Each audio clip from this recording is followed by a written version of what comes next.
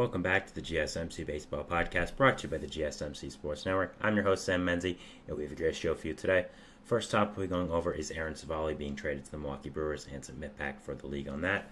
After that, going over some reliever to starter transitions, guys who made the transition from a reliever to a starter in the offseason, how things are going.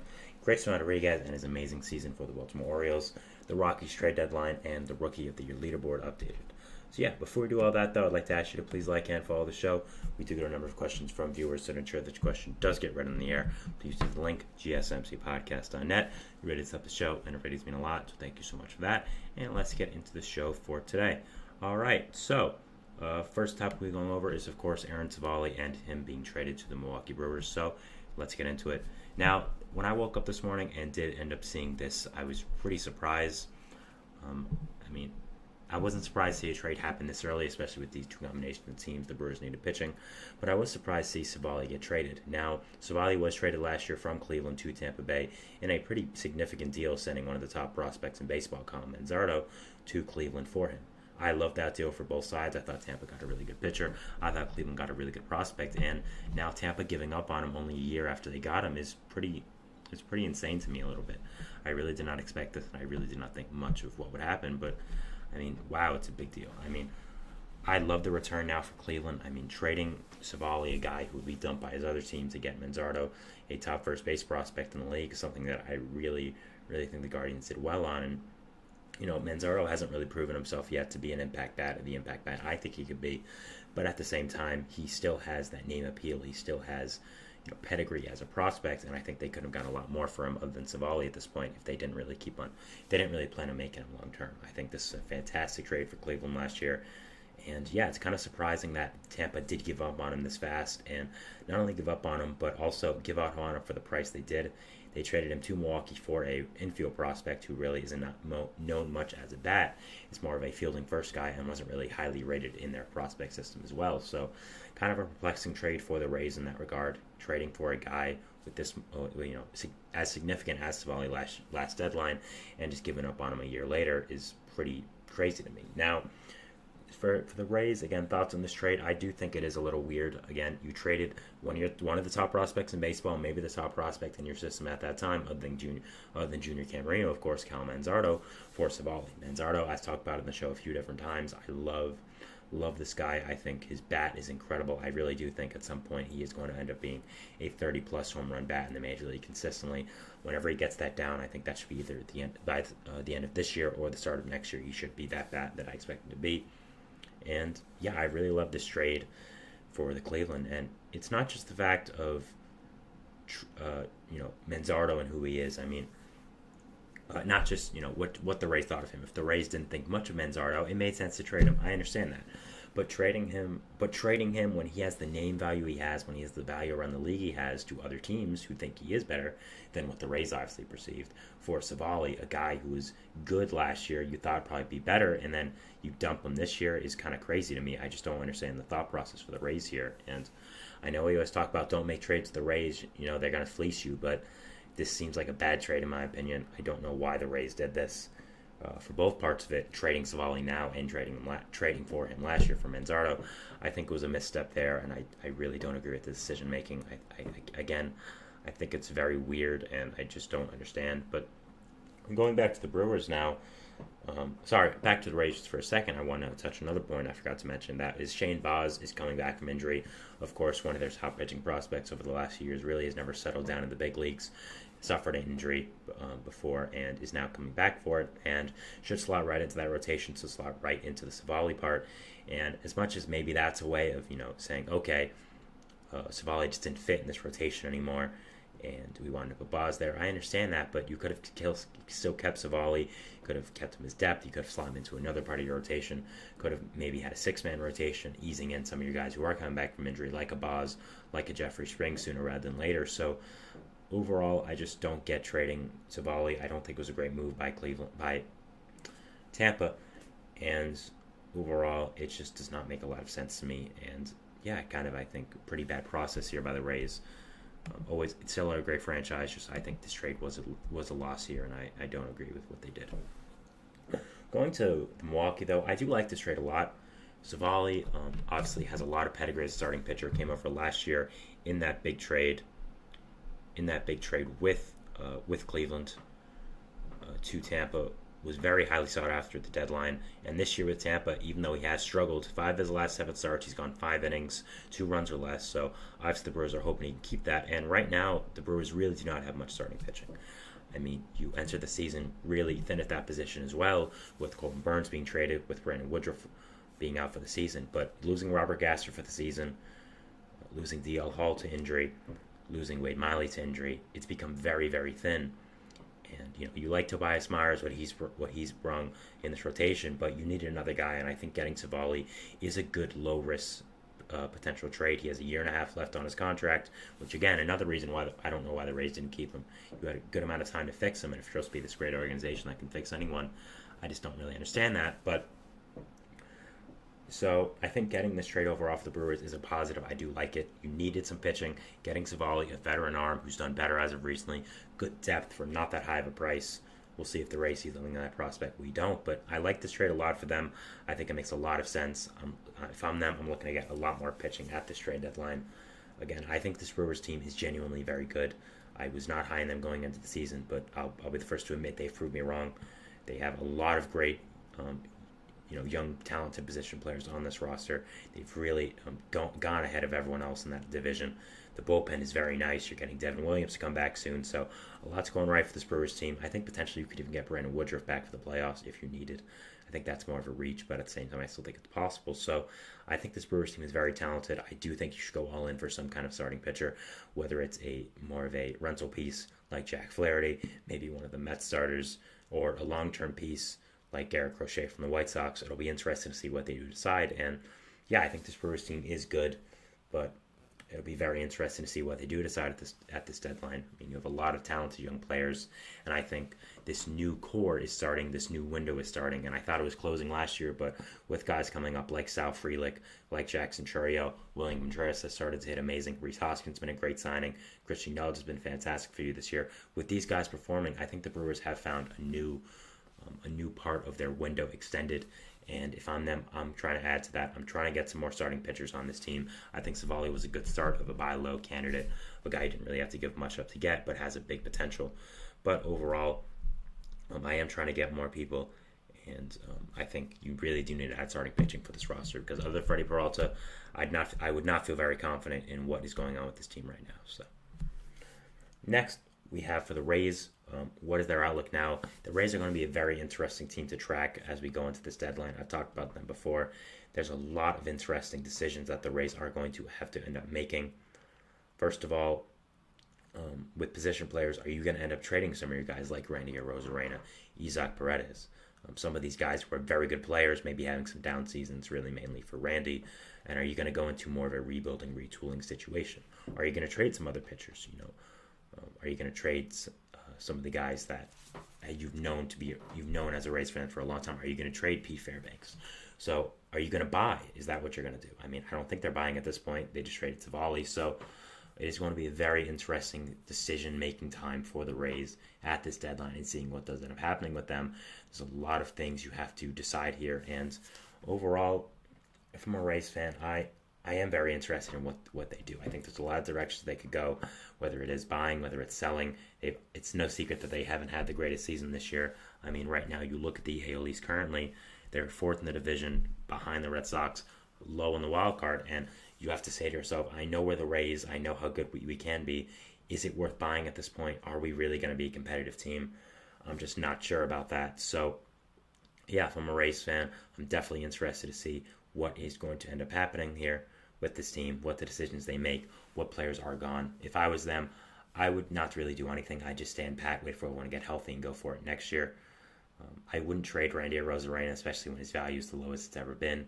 I wouldn't trade Isaac Paredes because I think he's someone you build your franchise around. And right now, you lost your franchise icon of Wander Franco last year to off the field stuff. You need someone else to help build this around. And I would call up Junior Camarena.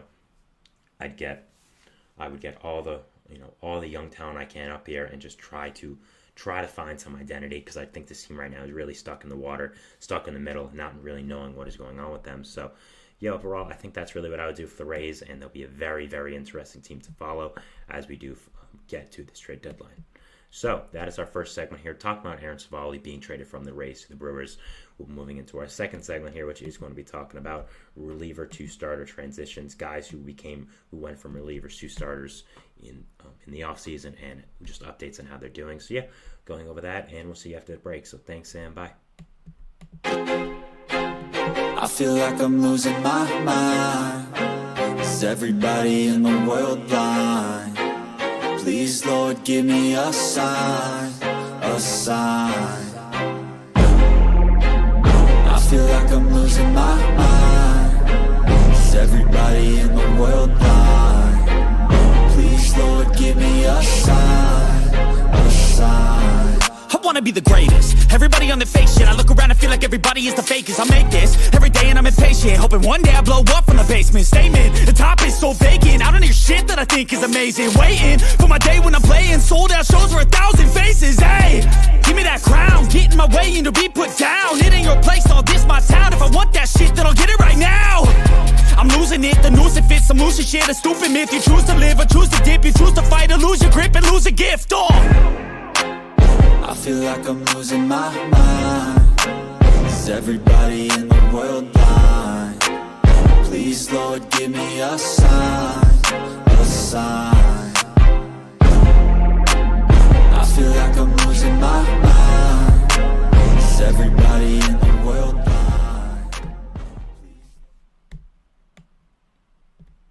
And we're back here on the GSMC Baseball Podcast, bringing you our second segment, which is going to be talking about some relievers who became starters and just what's going on with their seasons. But before you get into that, I would like to ask you again to please like and follow the show. We do get a number of questions from viewers, so to ensure that your question does get read in the air, please use the link, gsmcpodcast.net. It really does help the show, and it really does mean a lot, so thank you so much for that. And let's get back into the show for today. All right, so our second topic is going to be talking about relievers to starters and just what's going on with that. So let's get into it. So I did a segment on this a long time ago, really when I was first starting out with this podcast, and I did want to give a little bit of an update on it now that it's been a few months. And I saw an article today from MLB Trade Rumors talking about it, and it did kind of ignite my interest again, so I did want to go over it. Now, basically what I mean is these are relievers. These are guys who came up as relievers throughout their careers, have been that, and then suddenly a team decided to make a change with them, whether they signed, whether it's just they were at the same organization, decided to see something in them and make them relievers. So, yeah, overall, it's a very interesting topic that I do like. It's been more prevalent in baseball as of recently. I think one of the big reasons is because starters have become so expensive on the market, and making one of your cheap relievers, stretching him out to be a starter, whether he's good or bad, I think is very cheap, saves a lot of money. And if he's great, I mean, you get a really good starter for cheap for someone you didn't really expect to be a long-term piece, and make him really important. So it's been very interesting to see the transition of these guys, and just I'm going to talk about them. So yeah, so first off, we have Garrett Crochet from the Chicago White Sox, probably the most known name at this point for this. So for starting off the season at the quarter mark, he had 9 games started. He had 46 and 2/3 innings, a 4.63 ERA, a 2.47 SIERA, though, 34.2 K percentage, a 4.8 walk percentage, and a 43.88 ground ball percentage. Then, since then, he has 9 games started, 54 2/3 innings pitched. I don't know what's wrong with me right now. And a 1.65 ERA, a 2.27 SIERA, 36.3 K percentage, a 5.2 walk percentage. Now, I've talked about Crochet in the show before. I'm pretty sure I had my own segment on him at one point. And yeah, this guy has just been fantastic since becoming a starter for this White Sox team. I mean, he was a top draft prospect coming out of the draft for the White Sox. The White Sox drafted him very high and immediately got him up to the major leagues as a relief pitcher. Never even tried him as a starter. Now, 2-3 years into his career with a new regime at the helm of the Chicago White Sox, they have made him a starter, and man, has it been impressive. I mean, he's become one of the top arms available at this trade deadline for a good reason, and he's just been absolutely fantastic. I've talked about it before, but the one thing that stood out for me with Crochet was how well his control has been. I mean, his K to walk ratio is pretty incredible for any starter, and for a guy who was a flame-throwing reliever before. So the way he's been able to seamlessly transition back into a starter after being a reliever these first few years, be able to control his pitches, be able to continue how his great fastball, slider, other pitches as well, while having the control, has been truly incredible in my opinion, and just overall has been a fantastic, fantastic piece of this White Sox team. They've got a ton back for him at this trade deadline, and it's going to be a lot of fun to watch. And also I talked about it before, but when you're trading for him, there's still a lot left in this arm. This is a guy who's only been a major league starter for half a season now, has had Tommy John surgery before, has never even played in the minor leagues. So you're not just trading for him now, you're trading for him in the future as well. There's a ton of talent left in that arm, and if he goes to the right organization, he's going to do a lot of damage, and I'm very excited to see what can end up happening with him and how he is going to perform with his new team, whoever that is, or if he stays with the White Sox. So, fantastic move by the White Sox. Really has worked out. Next, we're talking about another big-time reliever who became a starter, Jordan Hicks of the San Francisco Giants. Of course, Hicks was traded from St. Louis to Toronto at last year's deadline, then did end up signing with the Giants. And when he signed that contract with the Giants, I, like a lot of people, was like, okay, it's a nice contract for a reliever, a little expensive. But then we heard they were turning up to a starter, and we're like, wow. Okay, this is interesting. Hicks was a guy who threw 102, 103 consistently as a reliever, and making that kind of guy a starter is very interesting. It's not something you really expect, and overall, it was just an interesting decision by them. Now, I will say, so far, it's worked out pretty well. I won't lie. First 9 games, he had 48 innings pitched, a 2.44 ERA, 19.9 K percentage, 8.2 walk percentage, 56.2 ground ball percentage. Since then, with 8 games started, he has a 4.54 ERA, 4.29 SIERA, 22.2 K percentage, 10.2 walk percentage, and 45.8 ground ball percentage. So, it's definitely interesting what's happened to Hicks. As I said, he started off really, really fantastic with that ERA of 2. I was looking at him as maybe a Cy Young candidate, but recently has really, really floundered.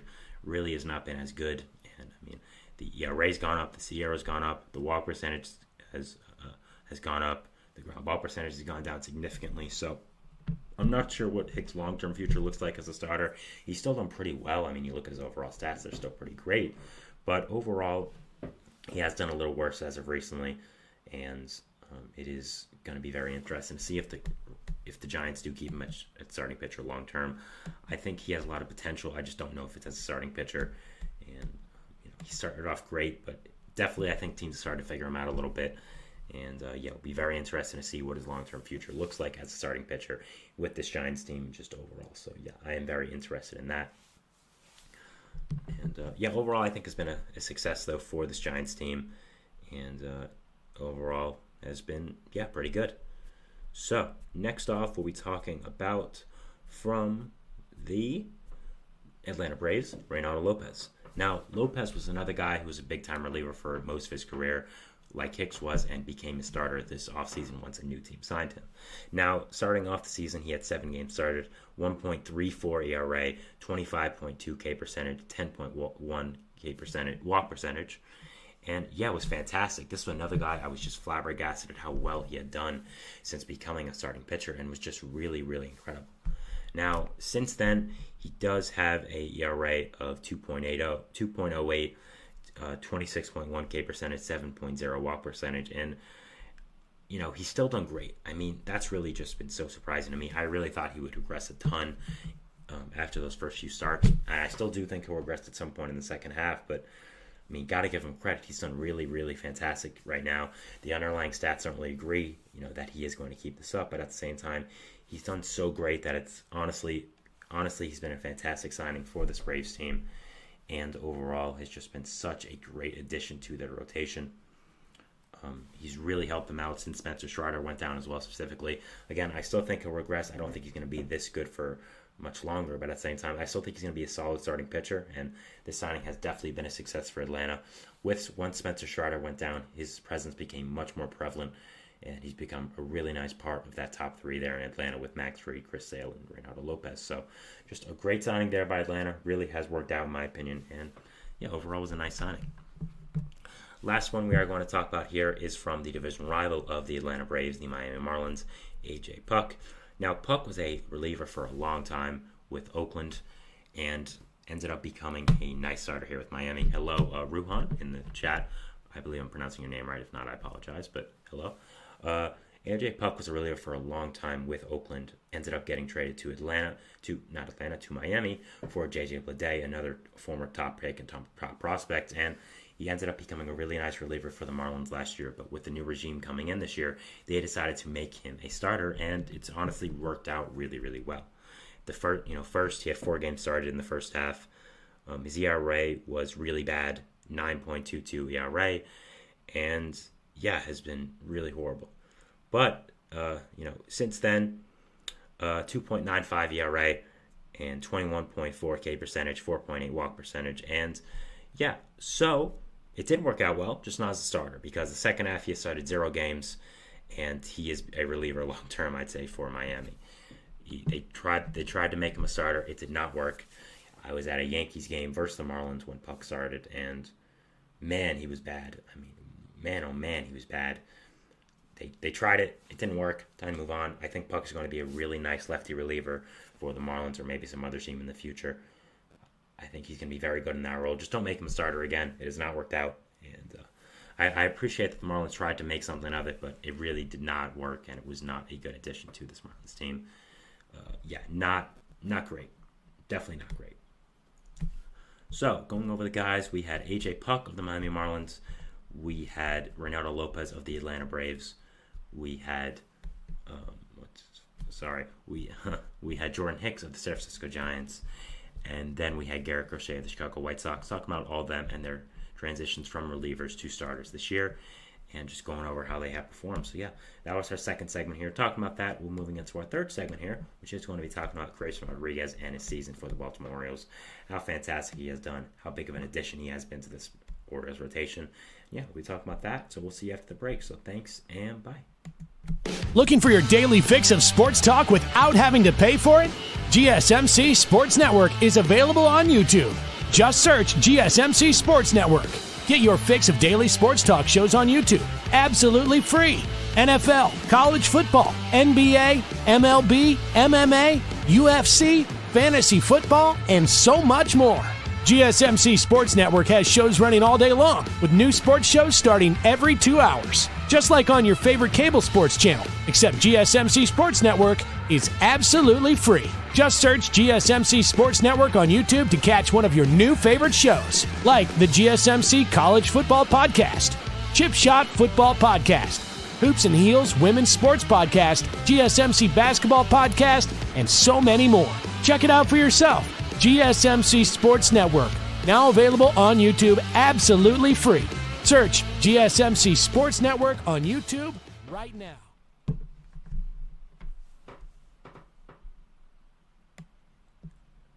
And we're back here on the GSMC Baseball Podcast, bringing you our third segment, which is going to be talking about Grayson Rodriguez of the Baltimore Orioles, the fantastic season he has had, and just going over his impact on Baltimore in general. So let's get into it. So Rodriguez was a guy I've known about for a long, long time.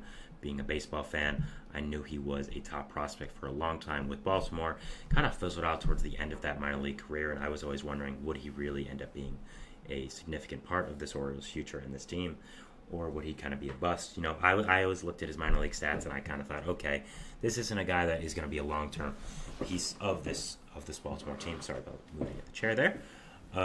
But he has done really well this year. Did pretty well last year as well, and has just become a big part of this Baltimore team, and has become a big part of their future, their core this year, and just overall. So, if I'm an Orioles fan, I'm very excited with his performance right now, with how well he's done. And, so looking at his stats currently, you look at last year, I'll start off first of all. He had a ERA of 4.35, an expected ERA of 4.21, and you looked at that and you're like, okay, this guy's going to be a solid starter. He'll definitely be a factor in our rotation for the future. But at the same time, not maybe the impact starter we expected. Not really a guy that we think could be a long-term piece. But that has changed this year. You look at his stats now, and they are just fantastic. He has an ERA of 3.45. His expected ERA really isn't much higher than that, so it's pretty sustainable. His left-on-base percentage is 79%, which is very, very good. His BABIP is down from last year, so that's also nice. His K percentage is up from last year. His walk percentage is down from last year. So he's been a fantastic pitcher for them. His FIP is 3.55. That's down from last year. His barrel percentage is roughly the same as last year, which is interesting. Max exit velocity is down. Hard hit percentage is down by 4%. So Rodriguez has become a long-term piece of this Orioles team. I'm not going to say he's become a number 2 type ace, but he's become a very, very good starting pitcher for this Orioles team. Really has stepped up when they needed it, and has just become a fantastic piece of this team, and just overall has been really, really great. Now, this Orioles team has really needed a starter like Grayson Rodriguez because of the injuries they've had this year. I mean, Kyle Bradish being out for the first part of the year, coming back and getting Tommy John surgery after that.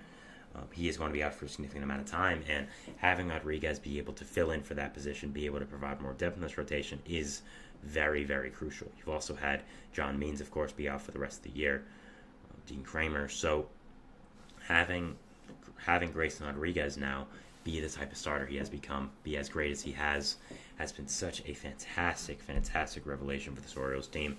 Yesterday, he had a great start against Seattle, going 6 1/3 innings pitched, giving up no earned runs, only 2 hits. So just has become a fantastic addition to this Baltimore team, and really has helped out not only this year but their future as well. I mean, you're not going to have Kyle Bradish next year. Corbin Burns is a free agent. You're going to have to pay him a ton if you want to retain him. So let's say, for example, you don't retain him. Who would you have in that rotation if you didn't have Grayson? You'd have Bradish out for a year.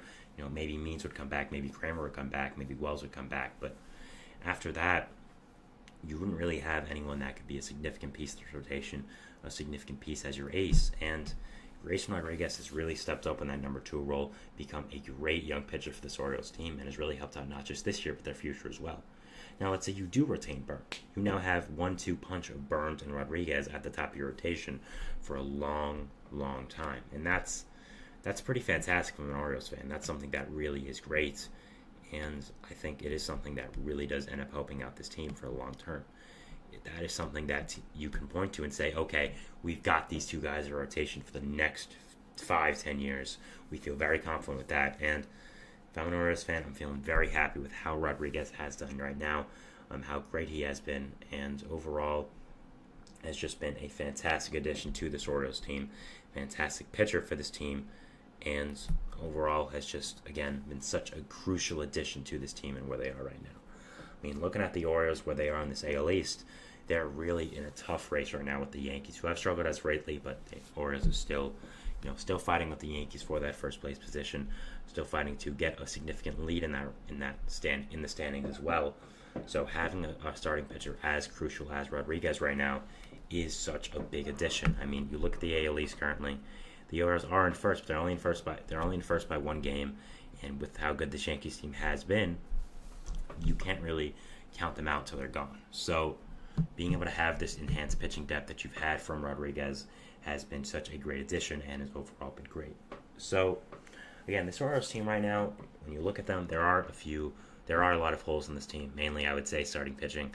Yes, you have Burns, yes, you have Rodriguez, but after that, you have a lot of injuries. Not many guys you can really count on. So they definitely do need to acquire maybe 1, even 2 starters. If I was them, I would go all in on a pitcher like Garrett Crochet. I've talked before how I think they should get Crochet and Robert in a massive deal together. I think that would truly help their team, but that's a different conversation for a different day. I think getting a long-term answer like Crochet would be a really, really nice addition, and overall would really end up helping out this team a lot.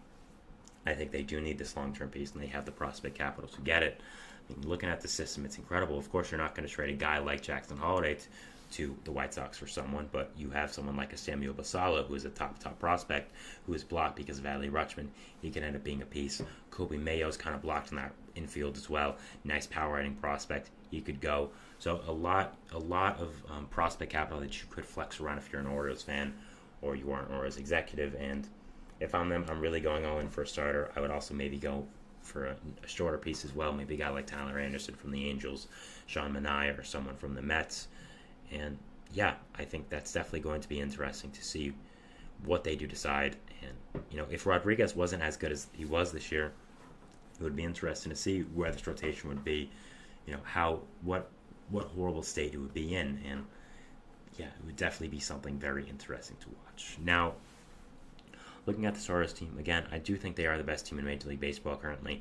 I think they have overtaken the Yankees. Really, that series where they did beat them in the Bronx 2 out of 3 really helped them propel to that. They did lose a key series to Cleveland, who has become an amazing team. But I think Baltimore has a lot more just pure talent than them. And as much as I think those two teams are close, I would go Baltimore as of right now. And I think currently they are the best team in baseball. It is going to be tough to fight off the Yankees in the AL East. But at this point, we know the Orioles are going to be the 1 seed or the 4 seed in the playoffs. And yeah, it just will be a very interesting team to watch when it comes to the playoffs. Watch for the rest of the season in the future and just overall what they do end up doing. They also have center field as a need. Of course. That kind of ties into what I was saying before. Acquire not just Crochet, but also Robert in that trade as well. And, Cedric Mullins really has not ended up being a nice piece in that outfield this year. Really need to upgrade if you want to compete more. I think that's simply a piece that you do need to acquire a center fielder. So you do have some issues if you are the Orioles, but having your young players come in handy like Grayson Rodriguez, like Colton Cowser, who we'll talk about later in the show in segment 5, as big time pieces has really, really helped you out, and overall has been, it's been a great season for the Orioles. I don't think they're stopping anytime soon. I think this young core is going to keep on going, keep on hitting, keep on being fantastic, and yeah, just overall a very exciting time for Orioles fans. A great young core they're building here, and I'd be very excited right now with what's going on with them, and how they are performing. So yeah, well, that is it for our third segment here, talking about Grayson Rodriguez and the Baltimore Orioles, going over their season, going over his season, and all that. Moving into our fourth segment here, which is going to be talking about the Rockies and their trade deadline, just going over some decisions they have to make, who they might trade, and all that kind of stuff. So yeah, we'll be talking about that, and we'll see you after the break. So thanks, and bye.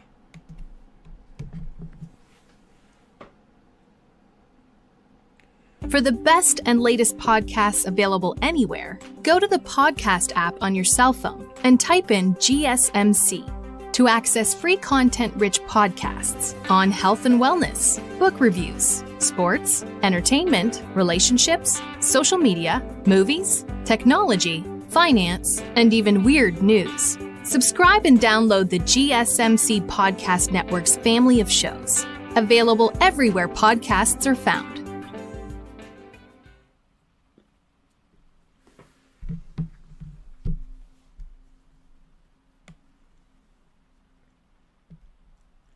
And we're back here on the GSMC Baseball Podcast, bringing you our fourth segment, which is going to be talking about the Colorado Rockies and their trade deadline and some decisions they do have to make. So let's get into it. Now, the Rockies are a very interesting team going into the trade deadline. Of course, our team that is always going to be sellers at this point. I mean, they haven't been competitive in a long, long time, kind of in a perpetual rebuild there. And they actually have a good amount of pieces here for this team, guys who can actually become very good players. And yeah, I'm interested to see what decisions they do end up making for this team, who they do decide to end up trading, and just overall what decisions are going to be had here in Colorado and who they decide to let go of. So, first player we have to think about is Austin Gomber, one of their starting pitchers. Now, Gomber was probably the main part of that Nolan Arenado trade to St. Louis a few years ago. I'm sure Rockies fans would love to forget about that trade, but unfortunately, it still is a big part of your team. Still is a big part of your future, and you can't, if I was a Rockies fan, I'd love to just think about how that didn't happen and how that was a dream, but unfortunately for Rockies fans, it was not a dream, it was real, and, it definitely has affected them for a long, long time. So, overall, Gomber, though, since coming to Colorado, even though you traded Nolan Arenado for him, has been a pretty fantastic get. I mean, he's had a really, really nice season this year. ERA of 4.72, expected ERA of 4.88, and as much as that doesn't look amazing, that's pretty solid for a starter who has control, is a solid starting pitcher, an innings eater, and someone who also plays in Coors Field. I think he would be much better outside of Coors Field, especially for his skill set. And yeah, I'd be very interested to see him there. I mean, he pitches a lot. 27 games started last year, 33 appearances the year before, 16 games started this year. A guy who's an inning eater, is a very solid veteran arm, is under control for a few more years. You look at this year as well, his K per 9 is higher than last year. His walk per 9 is down as well. His K percentage is up, walk percentage down. So overall, I think Gomber is a very solid starting pitcher. Not someone too crazy, but is someone who can fill in at the number 4 or 5 spot in your rotation, give you some quality innings, be able to be under control for the next few years. And I do think he is someone that is going to be very, very interested to teams at the deadline. Now, I think a lot of teams could look to get him. I think, again, the Orioles, who I talked about last segment, could be a nice piece. Just a guy to get somebody in your arm. Brewers as well, I think, would be a nice fit there. Just some team that isn't willing to trade a top prospect for a pitcher who just wants someone solid. They think maybe they can develop a little bit more. Someone who eats innings at a very quality level, and I think Gomber is that. So that'll be a nice piece to bring back for this Rockies deadline. I do think they are going to trade him. It has been reported that they are listening to offers on him and one of their other starting pitchers, who we'll talk about in about a minute or so. So overall, I think Gomber could bring back something nice for this Rockies team. Could be a good addition to some team, and could be a nice, even if you don't want to make him a full-time starter, it could be a nice spot starter. I'm sure he'd have that role on a competitive team. So overall, be very, very interesting to see what Gomber's role is going to end up being on some team, who is going to end up trading for him, and I'm very interested to see what is going to end up happening here with this team. Now, next off, we have the other starting pitcher they are listening to trade offers on. That is Mr. Cal Quantrill. Now, this is reported today in an article in The Athletic, and yeah, Quantrill was a guy who was non-tendered by Cleveland last year and signed with Colorado on a one-year deal. Was a very interesting non-tender, was a former top prospect with San Diego, came over as probably the biggest part of that huge Mike Clevenger trade at the deadline a few years ago. Just really never latched on with Cleveland, really never became the starting pitcher that they expected him to, and did end up getting non-tendered then by Cleveland. Now, since he's come to Colorado, he's honestly done pretty fantastic. He has a 3.78 ERA, has made 17 starts, almost the same amount as last year, 95 innings, only 4 less than last year. After that as well, you look at his expected ERA, with his ERA side by side, it's 4.23, which is really not that bad compared to a 3.78 ERA, 4.54 FIP, 4.30 expected FIP, almost at 1 pitching WAR, which is already higher than last year. So he's become a really nice starting pitcher. Has almost 7 Ks per 9, only walks around two guys per game. So overall, I think Quantrill could be a very, very solid add to some team. He's really broken out this year. He's under control for a year, for I believe 2 more years. So could end up being a really nice addition to some team. I think the Rockies could get really nice prospect back for the starting pitcher. And overall has become a really nice signing for this team. I mean, these are kind of signings that the Rockies have to do if they want to be a competent organization, an organization that people look at and say, they aren't a dumpster fire. They aren't horrible. I mean, the Chris Bryant contract's really not helping your case, but this is a really nice signing by Colorado. Pick up a former top prospect who was thrown away by his former team, get him back to form, and trade him for something nice. I think this is a really fantastic move by Colorado. Is a great process move by them, and hopefully they do more of these moves in the future. I think it would really help out, and overall it's just a really, really nice move by them. Props to them, and good job. Next, you also have 2 other guys that I think are going to get a good amount back for this team at the trade deadline. First off, Elias Diaz, their catcher. Now, Diaz has consistently been one of the better catchers in the league for the past few years now. I don't know where it came from, but was a very under the radar signing with this Rockies team, and doesn't really get the credit he deserves being on this Rockies team, considering they are the Rockies. But since coming over to Colorado, has become a really great hitter. 107 weighted runs created plus this year, was an all-star last year with their team, kind of fizzled out towards the second half, but still was really good. And was a non-roster, was a guy who was cut by the Pirates a few years ago, came to Colorado, his 5th year there now, and has just become a very, very solid catcher. He isn't the greatest defender, but for a hitting catcher, can't really ask for much more than Elias Diaz, and he's just been really, really good. So I think there could be a lot of teams that show interest in Diaz, some teams that do need an upgrade at the catcher position if you are trying to compete. I mean, I think Philly could potentially look to get Elias Diaz if JT Realmuto does have a setback in his rehab. Of course, we're not sure when he'll come back, so that could be something interesting to see there. Also, looking at some other teams as well, I think the Padres could potentially look to add Diaz. Luis Campusano is fine, but I think getting a veteran like Diaz would really help out your team and would be a very interesting addition to you guys. If the Yankees want to improve at hitting, I think they could get Diaz. Also, the Guardians, if they want to split time with him and Bo Naylor, maybe get one of them more shots at DH and just add a nice hitter, I think that could be a good addition as well. So overall, I think there are a lot of teams that show interest in Diaz. I think you can end up getting a good amount back for this Rockies team. And yeah, would just be an overall very interesting addition to some team. Would be a very interesting move by Colorado to end up trading him. And yeah, I'm very interested to see what they do end up deciding at this deadline and overall what his future looks like. Next on the Rockies, the question is Ryan McMahon. I've talked about Ryan McMahon a lot in this show, how fantastic he is, how good of a player he is. And the question for the Rockies is, do they trade Ryan McMahon? McMahon is a fantastic, fantastic player, has really broken out this year, is under a cheap contract for the next few years, and if you trade him, you get a lot back. I really do think you get a top 50 prospect in baseball back from McMahon with how good he has been, with how much control he's under, and how cheap his contract is. Now, what we've seen is that the Rockies do not want to trade McMahon. They view him as a franchise player. The Rockies owner loves him, and also trading him would really kind of, I would say, upset the fan base, but at the same time, I think it would be the right decision to trade McMahon.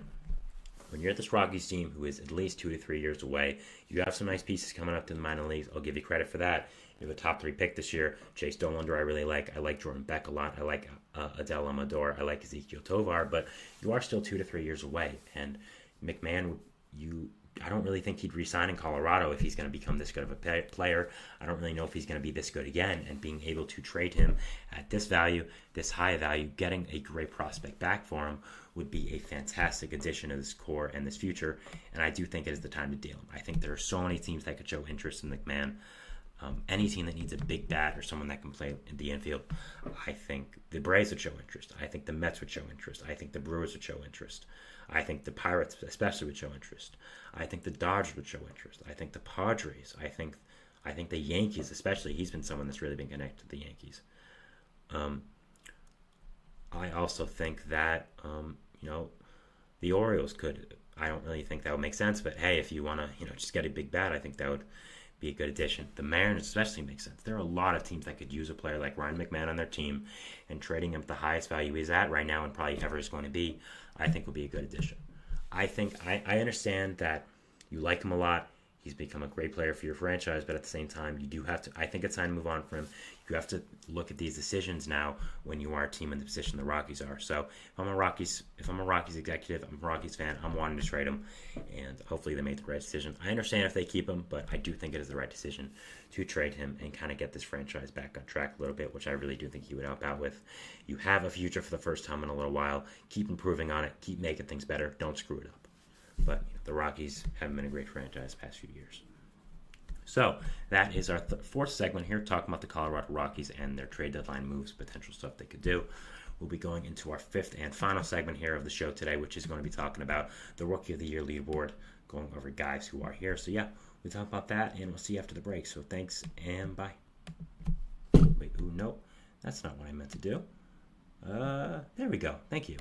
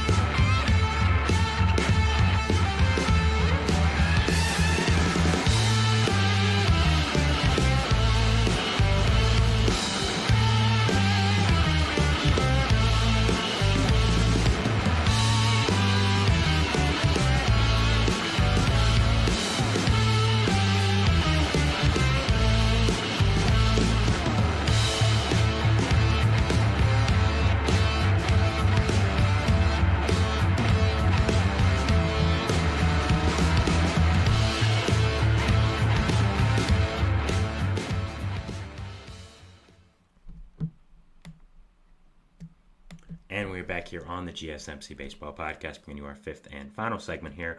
We're just going to be talking about MLB.com's Rookie Watch, their leaderboard for the top rookies of the year so far. And yeah, just going over it, giving my thoughts, and we'll be talking about it. So yeah, we're going to start off with the American League, go 5-1, and then go to the National League and go to 5-1 as well. So yeah, starting off in the American League at the fifth spot for the Rookie of the Year leaderboard, we have from the Texas Rangers, Wyatt Langford. Now, Langford has a very interesting season. If you've listened to my show in the past, I've talked so much about Langford. I think this is a fantastic, fantastic player, fantastic prospect for the future. This is a guy I think is really just going to become a superstar hitter in the league, and really hasn't done that this year. Was a top pick in the last year's draft, barely played in the minor leagues, and then came up immediately to be the Rangers' opening day DH. Struggled in that spot a lot, went on the injured list, and since coming back from the injured list has become pretty much a fantastic player. As hit for the cycle recently, has done really, really great, and overall has just become a really, really good player for this Rangers team. Has done much better as of recently. I picked him as my Rookie of the Year choice, and he has not let me down, and has been absolutely amazing this year. So recently, I should say. I'm glad that he's made this top 5. I think he deserves it to be back in this conversation. Really happy for him. I think, again, he's a fantastic, fantastic player, and I'm very excited that he is back here and has done such a great job more recently. And yeah, overall, is a great, great player. Number 4 here we have from the Boston Red Sox, Wilyer Abreu. Abreu is someone else that has had a fantastic season. Abreu came over in a trade from the Astros a few years ago for Christian Vasquez, a trade that was highly criticized by Red Sox fans at the time, but man, has it yielded a nice return for this team. Wilyer's become a really nice outfielder for this team, and one of the biggest parts of why this team has been so competitive this year, been so surprising as well, and yeah, just again has had a fantastic, fantastic season. I think Abreu is going to be a big part of this Red Sox future. I'm very happy that he made this list, very happy that he's getting the credit that he deserves with how well he has done, and yeah, overall has just become a fantastic, fantastic player for this Red Sox team. So good, and I'm a Red Sox fan. I'm very excited about his future, what he can end up doing in the future, and just how fantastic and how well he has performed for this Red Sox team. So, yeah, very, very solid addition to this list. I agree with this. Number 3, we have from the Baltimore Orioles, Colton Cowser. Cowser, a top prospect coming into this year from the Orioles, came up and has just been raking. Has become such a huge part of this Orioles team this year. Been one of the big reasons why they have done as well they have this year. Been probably the best team in baseball this year, and just has done so amazing. I think Cowser is a future superstar waiting. He's going to be a big part of this Orioles young core. I mean, you hear a lot about the guys like Jackson Holliday, like Adley Rutschman, but I think Cowser needs some more credit. I'm glad he's getting the credit he deserves here on this list at number 3 for the AL Rookie of the Year leaderboard. And yeah, just is having a fantastic season. He's a big part of this Orioles team this year and definitely deserves to be here at number 3. Now, number 2 and 1, we all know who they are, but we'll get into it. So, number 2 here is, of course, from the Oakland Athletics, Mason Miller. I mean, what is there to say about Mason Miller that we really haven't said? Miller's had such a fantastic year with the A's. He's having one of the greatest relief seasons of all time. I mean, has just been absolutely dominant in that bullpen. Hello, Kelsey. Miller has just been so good in the back end of that bullpen. A fireballing closer for this A's team. Throws 101, 102 consistently. Again, is having one of the greatest relief seasons of all time. Came out of nowhere to do this, and yeah, deserves definitely to be on this Rookie of the Year leaderboard. I think he should be in a different place, but I'll talk about that after. Number 1 is from the New York Yankees, Luis Gil. We talk about Gil a lot in this show with how fantastic of a season he has had for this Yankees team. How big of an addition Gil has been for the Yankees rotation. No, Kelsey, I am in New York City, born and raised. Gil has become such a fantastic addition to the Yankees rotation. Has become a guy that really has become such a monumental part of their team this year, and really has just been fantastic to this team. Really not much else to say. He has hit some road bumps recently, but is one of the biggest reasons why the Yankees have done as well as they have this year, and just, yeah, it's become a great addition. Now, if I'm going over this 5, I think this 5 is fine. I don't really think there's anyone else that should be in this. I think this list is great, but to be perfectly honest, I would have Mason Miller over Luis Gil right now. With the season Miller's having, with how fantastic it has been, with how historic it has been, and with how Gil has been struggling the past few weeks or so, past few starts, I think Miller has taken over as the number 1 spot. I think, honestly, it should be I think it should be Miller, Honestly, I go Colton Cowser over Hill at this point, and then I'd go Heel, and then I'd go Wilyer Abreu, then Wyatt Langford. So I think the right players are here. I do think that Mason Miller and Colton Cowser should be above Heel because of the starts he has had recently. I do think he'll be much better. I think he'll keep it up. I think he'll keep up what he was doing at the start of the year, but at the same time, just he hasn't done as great as he has at the start of the year, so I think he should deserve to fall in this rankings a little bit, but still having a great year. So, going to the National League now, we're going to start off again from 5 to 1. At number 5, we have from the Los Angeles Dodgers, Gavin Stone. Now, Stone has become a fantastic addition to the Dodgers rotation. Really a guy that got overshadowed with how many stars on this team they had, with how many top prospects they had. Kind of fell under the radar, and it's just become a huge part of this Dodgers rotation. Really has held it down while there's been a lot of injuries. Yoshinobu Yamamoto would, of course, be on this list, but he is injured, so that is unfortunate. But Stone has become a fantastic, amazing addition to this Dodgers rotation, has had an amazing season, and definitely deserves to be on this list. Glad he's getting the credit he deserves, and it's definitely helped out the Dodgers with how well he has done. Number 4 here we have from the Milwaukee Brewers, Joey Ortiz. Ortiz has done fantastic this year. Came over, of course, as the biggest part of that Corbin Burnes trade to Baltimore in the offseason. And as much as a lot of people didn't really like the trade, he's really proven them wrong and has become a fantastic addition to this Brewers team. Has played great defense over there at third base, has been a really solid hitter, a better hitter than I really expected. And Ortiz overall is just become a really nice addition to this Brewers future, this Brewers core, and I think he is going to be a fantastic player in the future going forward.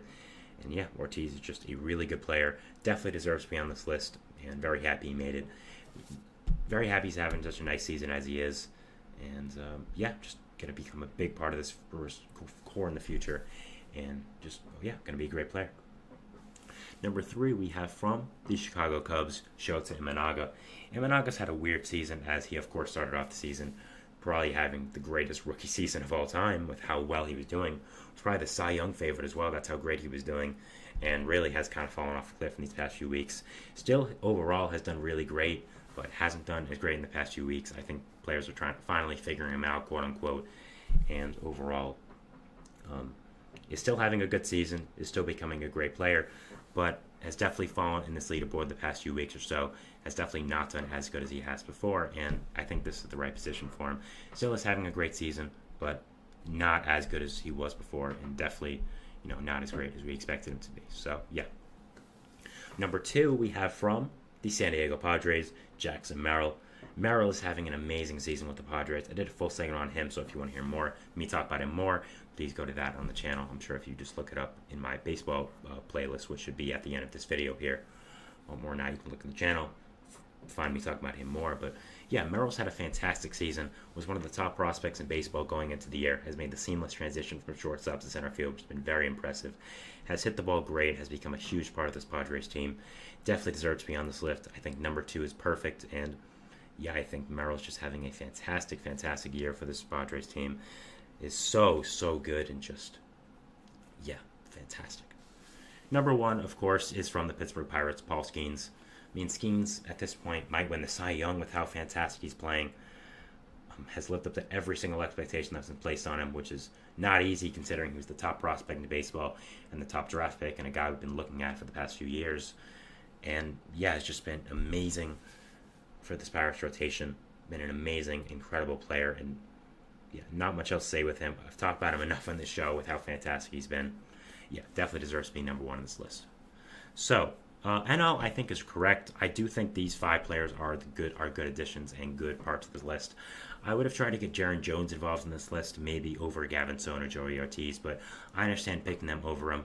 He still had a great season, though. Yoshinobu Yamamoto would, of course, be on this list if he didn't get hurt and would be out for a significant amount of time. So, overall, I think both these lists are pretty good. I think both the orders are fine. I have small gripes with both of them, but nothing really too major. So overall, good list. Just did want to go over some of the young talent again in this league, and want to talk about the Rookie of the Year leaderboard and just go over who was on there as well. So that is our show for today, guys. I want to thank you so much for watching. Remember to like, subscribe, hit the notification bell now to get notified when I upload, when all the other great content creators on this channel do. Make sure to follow us on Facebook, Twitter, TikTok, Instagram for more content and updates. I'm your host, Sam Menzie. Thank you so much for watching. Have a great day, and we'll see you at Baseball Throws at us tomorrow. Thanks, guys, and bye.